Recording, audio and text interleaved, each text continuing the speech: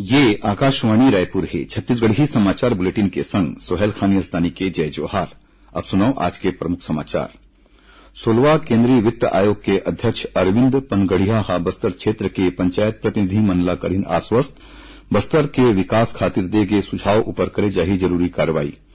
मुख्यमंत्री विष्णुदेव साय और मंत्रिमंडल के जम्मो सदस्य मन हा आज करीन अयोध्या मां प्रभु श्रीराम के दर्शन और अवैया 24 घंटा में प्रदेश के कई ठीन जगह मन में भारी वर्षा के चेतावनी। 13 ठीन जिला मन पर येलो अलर्ट घोषित। 16वां केंद्रीय वित्त आयोग के अध्यक्ष अरविंद पनगढ़िया बस्तर क्षेत्र के पंचायत प्रतिनिधि मन ला आश्वस्त करीन है कि बस्तर के विकास खातिर जौन सुझाव देगे हवय वो सबो वित्त आयोग के कार्यक्षेत्र ले संबंधित हवय और एमा कार्रवाई जरूर करे जाही। जगदलपुर कलेक्ट्रेट में आज राखे गे बैठका में आयोग के टीम और पंचायत प्रतिनिधि मन के बीच बस्तर विकास से जुड़े मुद्दा मन ऊपर गोट बात हुई। बैठका में बस्तर जिला पंचायत अध्यक्ष वेदवती कश्यप हा बताइन कि बस्तर जिला के ग्राम पंचायत में आश्रित गांव और पारा दुरिया तक फैले हवय। एला ध्यान में राखत आयोग डहार ले 70% जनसंख्या और 30% क्षेत्रफल के आधार में आवंटन प्रदान करना चाहिए।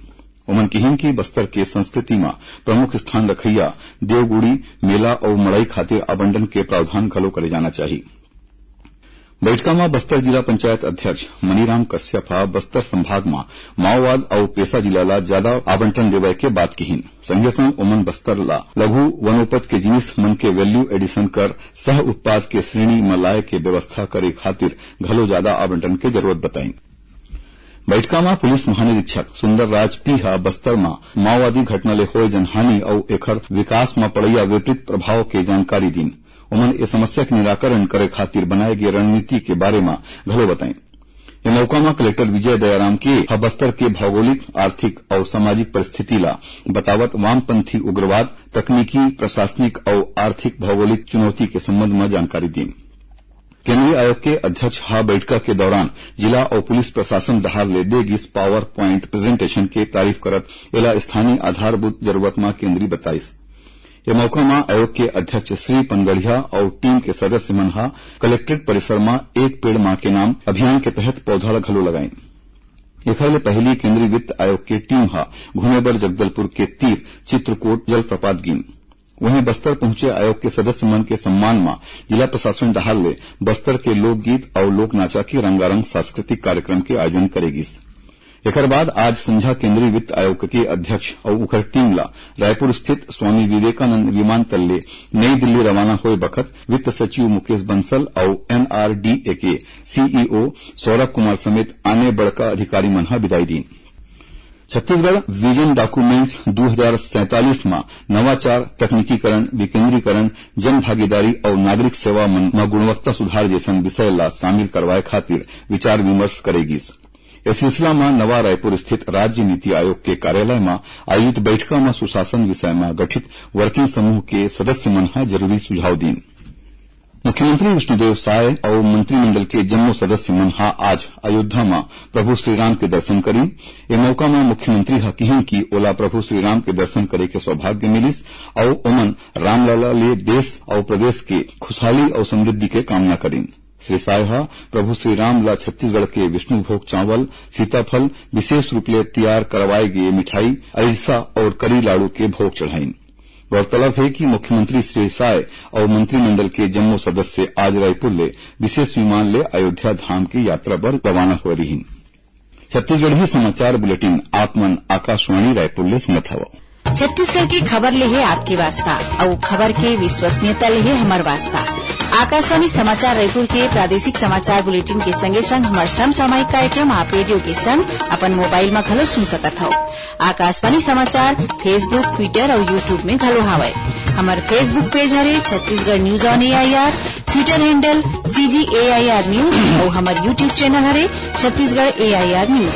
तो अब रेडियो के संगे संग आपके मोबाइल के माध्यम ले हम आप तक पहुंचत हन। छत्तीसगढ़ की हर खबर पर सुनत रहो आकाशवाणी समाचार। अब आगू बढ़बो बाचो समाचार कोती। छत्तीसगढ़ में होए कथित कोयला घोटाला मामला में रायपुर जिला में बंद जम्मो 15 झीन आरोपी मन के न्यायिक हिरासत विशेष कोर्ट में 18 जुलाई तक बढ़ा दे गए हवय। न्यायिक रिमांड सिराय के बाद निलंबित उप सचिव सौम्या चौरसिया, निलंबित आईएएस रानू साहू और आईएएस समीर बिश्नोई, कांग्रेस नेता सूर्यकांत तिवारी समेत 15 जिन आरोपी मन ला काली विशेष कोर्ट में पेश करे गे रहिस। उप मुख्यमंत्री विजय शर्मा हा कबीरधाम जिला के वनांचल क्षेत्र मन में स्वास्थ्य शिविर लगाए और मलेरिया, डायरिया समेत आने आने मौसमी बीमारी ले बचाव खातिर जागरूकता अभियान चलाए के निर्देश दिन हवय। उप मुख्यमंत्री हा काली कबीरधाम जिला के सुदूर वनांचल सोनवाही गांव पहुंच के जंगली मशरूम खाए ले जो गांव के मनखे मन के पाछू 10 जुलाई के मौत हो गए रही ओकर परिजन ले मिलके अपन संवेदना जताईन।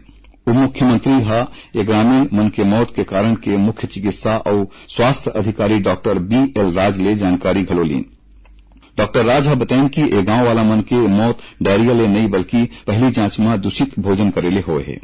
उप मुख्यमंत्री ला डॉक्टर राज हा मौत होए 2 जन मनखे मन के पोस्टमार्टम रिपोर्ट अभी तक नहीं आए के जानकारी घलो दीस और किहिन की रिपोर्ट आए के बाद मौत काय सती होए है ए मालूम होही।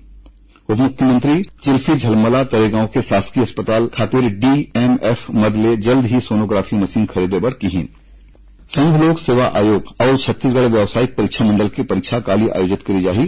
संघ लोक सेवा आयोग डहार ले कम्बाइंड मेडिकल सर्विस के पहली पाली के परीक्षा काली बिहनिया 9:30 बजे ले और दूसरिया पाली के परीक्षा मंझनिया 2 बजे ले शुरू होही। वहीं छत्तीसगढ़ व्यावसायिक परीक्षा मंडल डहार ले बीएससी नर्सिंग परीक्षा बिहनिया 10 बजे ले आयोजित करे जाही। राजधानी रायपुर के तेलीबांधा इलाका में स्थित कोयला कारोबारी के ऑफिस के तीर आज दिन दहाड़े अज्ञात नकाबपोश मनहा गोलीबारी करेन। जानला के मुताबिक मोटरसाइकिल सवार आरोपी मनहा कंपनी कार्यालय के बाहर खड़ी कार ला निशाना बना के गोली चला के भाग गेन। ए घटना में काखरो घायल होए के सूचना नहीं है। अब पेश है मौसम के हाल। मानसून द्रोणिका और चक्रवाती घेरा के असर दे काली राज्य में बहुत अकन जगह मन में हल्का ले मध्यम वर्षा होए और गरज चमक के संग छींटा पड़े के संभावना हवय। मौसम विभाग हा 1-2 जगह मन में गाज गिरे, हवा गरेर चले और भारी वर्षा होए के चेतावनी घलो दीन।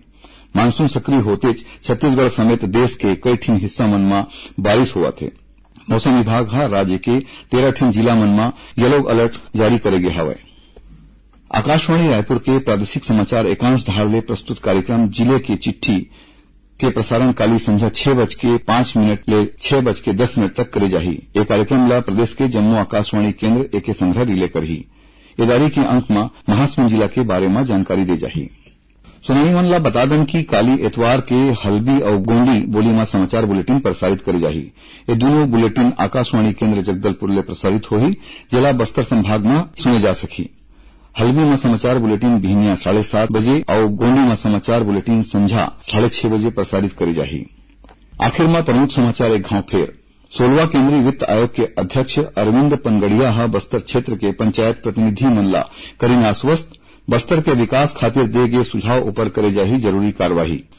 मुख्यमंत्री विष्णुदेव साय और मंत्रिमंडल के जम्मू सदस्य मन हा आज करीन अयोध्या में प्रभु श्रीराम के दर्शन और अवैया 24 घंटा में प्रदेश के कई ठिन जगह मन में भारी वर्षा के चेतावनी 13 ठिन जिला मन पर येलो अलर्ट घोषित।